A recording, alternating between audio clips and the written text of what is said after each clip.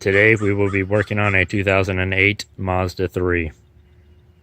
Today's video, we're replacing the coolant tank reservoir with the new one.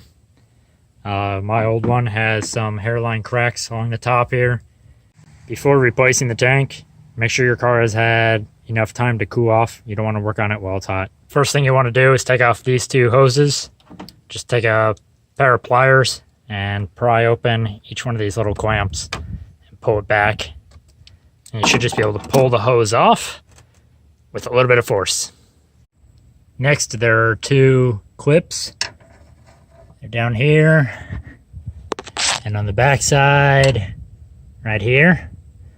You're gonna have to pry them a bit. It takes some persuasion, but they'll eventually come off. This back one I pulled up really hard and it came loose. I'll be doing the same to this front one right here. There it goes. Finally, you're going to want to use a jar of some kind, because once you take off this hose right here, the remainder of the coolant's going to try and spill out, so you want to be able to catch it in something. And again, you're just going to use your pair of pliers to loosen up this clamp right here and move it back. Just a quick side-by-side. With my old one versus my new one. New one's definitely in better condition. Reinstalling is pretty much going to be just the opposite order.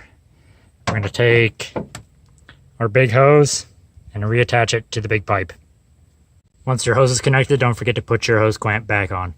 After that, you're going to finesse this little metal bar here. Can you see it too well?